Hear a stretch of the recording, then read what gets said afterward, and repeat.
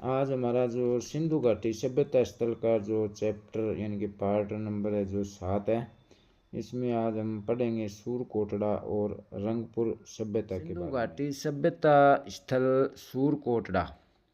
तो सूरकोटड़ा गुजरात के कच्छ जिले में स्थित है। सूरकोटड़ा या सूरकोटदा एक ही नाम है। इसकी खोज यानी कि इस स्थल की खोज 1964 ईस्वी में जगपति जोशी द्वारा की गई।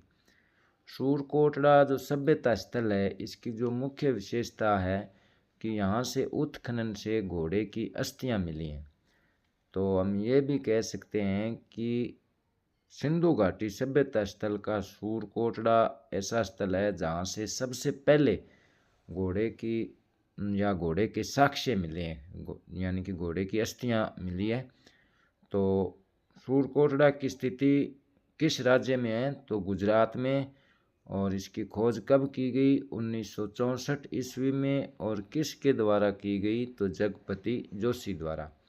और यहाँ की जो मुख्य विशेषता है वो आप याद रखना कि घोड़े के अवशेष कहाँ से प्राप्त हुए। तो आपका आंसर होना चाहिए सूरकोटड़ा या सूरकोटड़ा, ये एक ही बात है। सूरकोटड़ा में नगर और दुर्ग एक ही प्राचीर से सुरक्षित था। मतलब जो दूसरे जो सभ्यता स्थल थे उनमें क्या है कि नगर और दुर्ग इनकी जो सुरक्षा दीवार है वो अलग अलग थी, लेकिन सूरकोटड़ा में दोनों ही यानी कि नगर और दुर्ग की एक ही प्राचीर यानी एक ही दीवार से सुरक्षित था।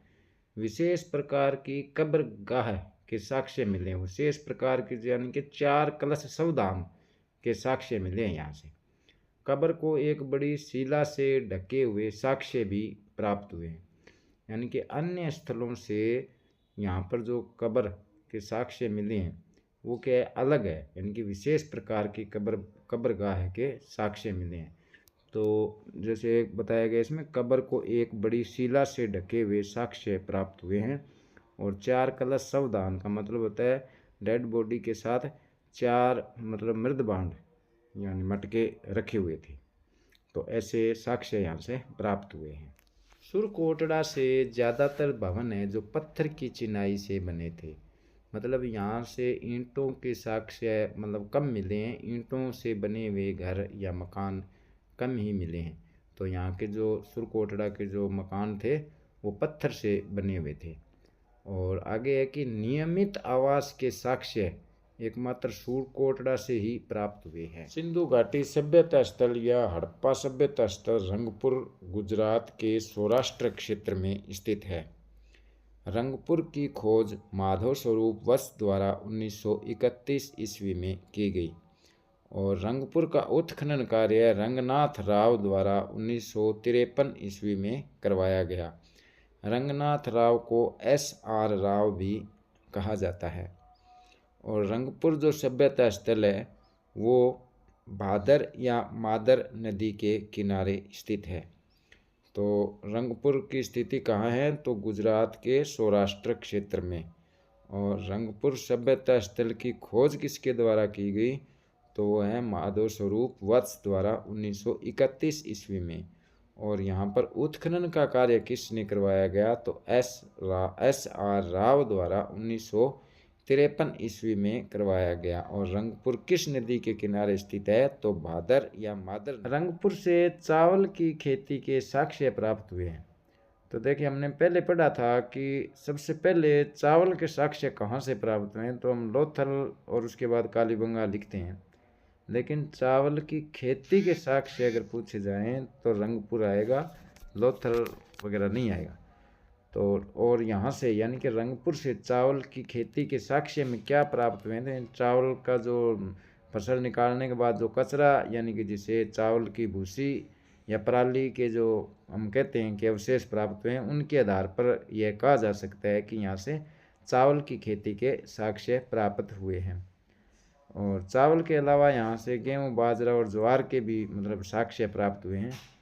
रंगपुर को सिंधु घाटी सभ्यता का औरस पुत्र भी कहते हैं क्योंकि यहाँ से सिंधु सभ्यता के पतन की भी जानकारी मिलती है। तो कृषि के साक्ष्य कहाँ से मिले हैं? तो आंसर होना चाहिए आपका रंगपुर। कुछ इम्पोर्टेंट फैक्ट है उन पर ध्यान देते हैं ये ध्यानपूर्वक पढ़ना है आपको, इनको समझना है। थोड़ा सा डिफरेंस है और थोड़े से डिफरेंस में आंसर बदल जाता है। तो देखो, प्राचीनतम खेत के साक्ष्य कहाँ से प्राप्त हुए, यानी कि सबसे पहला खेत कहाँ से प्राप्त हुआ है, तो मेहरगढ़। मेहरगढ़ है जो एक पाषाणकालीन स्थल है, जो पाषाणकालीन के अंतर्गत ये नव पाषाण काल में आता है। और जो खेती की शुरुआत है वो नव पाषाण काल में हुई थी। ये पहले बता दिया गया आपको कि जो शुरुआत में जो पूर्व पाषाण काल है उसमें मानव शिकारी होता था। दूसरा जो आता है मध्य पाषाण काल, उसमें मानव है जो पशुपालन की शुरुआत की। और जो तीसरा है वो नव पाषाण काल, उसमें कृषि की शुरुआत की। तो प्राचीनतम खेत के साक्ष्य जो प्राप्त हुए हैं वो मेहरगढ़ से हुए हैं। और मेहरगढ़ एक नव पाषाणकालीन स्थल है। और प्राचीनतम जुते हुए खेत के साक्ष्य कहाँ से मिले हैं, तो आपका आंसर होना चाहिए कालीबंगा। और प्राचीनतम खेती के साक्ष्य, यानी खेती करने के साक्ष्य, खेती किसकी होती थी उसके जो साक्ष्य वो रंगपुर गुजरात से प्राप्त हुए।